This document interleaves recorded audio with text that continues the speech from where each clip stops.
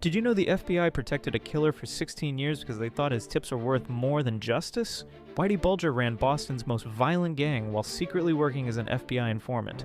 For over 15 years, he played both sides perfectly. He'd murder rivals, then call his FBI handler with information about the Italian mafia. The Bureau let him kill, traffic drugs, and extort businesses because they wanted to take down bigger targets. Bulger had the perfect setup. His FBI contact would warn him before raids.